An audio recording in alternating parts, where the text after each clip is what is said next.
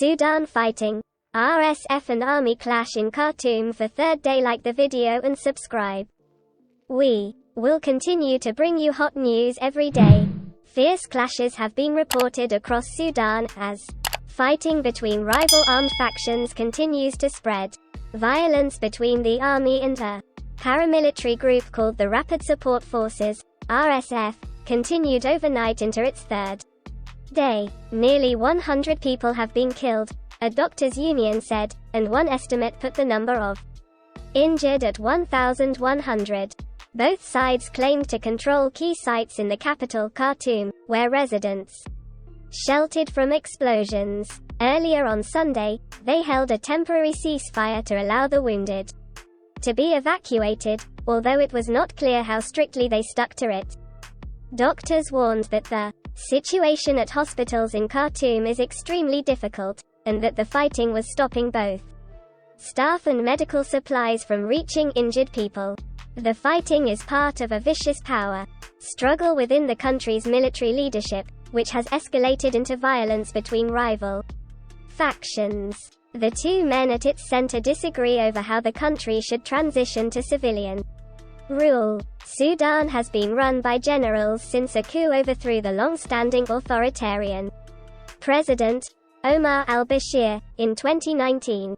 Shock and anger in Khartoum, a city not used to war. A simple guide to what's going on in Sudan. On Sunday and early Monday, the RSF claimed to occupy sites in the capital Khartoum, such as the presidential palace, and the adjoining city of Omdurman, as well as in the western region of Darfur and Meroe Airport in the north of the country.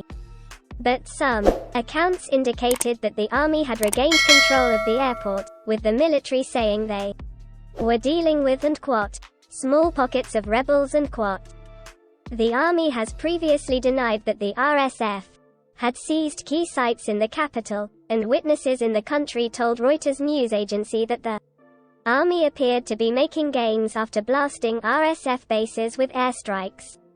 We haven't slept for 24 hours. Residents of Khartoum have spoken of fear and panic, and reported gunfire and explosions. And we're scared.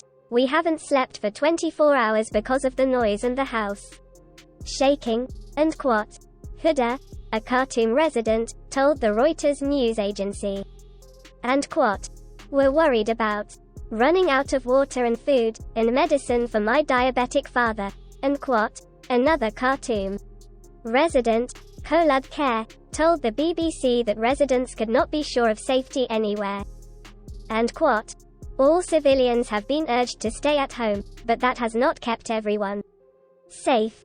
And the fighting is between army units loyal to the de facto leader, General Abdel Fattah al-Burhan, and the RSF, a notorious paramilitary force commanded by Sudan's deputy leader, Mohammed Hamdan Dagalo, better known as Hemedti.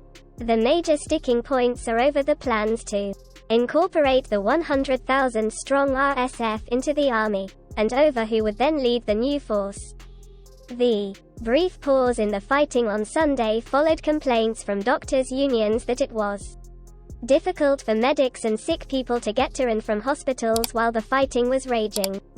A chorus of international voices has called for a permanent end to the violence.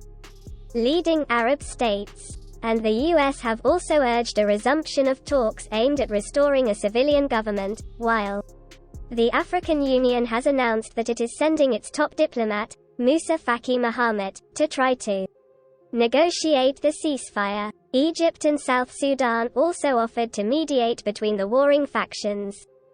According to a statement by the Egyptian presidency, death toll estimates have varied.